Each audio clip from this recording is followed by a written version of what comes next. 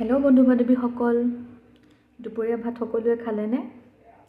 মই মোৰ দুপৰীয়া কাঢ়ি লৈ আকৌ উপস্থিত হৈছোঁ আপোনালোকৰ ওচৰত। আজি মোৰ দুপৰীয়া সাজত আছে এয়া অমিতা খাৰ, এয়া পটল ভাজি, তাৰপিছত এয়া হৈছে কি বিট আৰু এইটো বিলাহী কাটি লৈছোঁ, জলকীয়া এটা আৰু এয়া দালি। তো আজি বৃহস্পতিবাৰ যে সেইকাৰণে আমি নিৰামিষে খাওঁ। তাৰপাছত সেয়া আৰু ষ্টাৰ্ট কৰিছোঁ খাবলৈ। আপোনালোকে কি দি খালে জনাব দেই।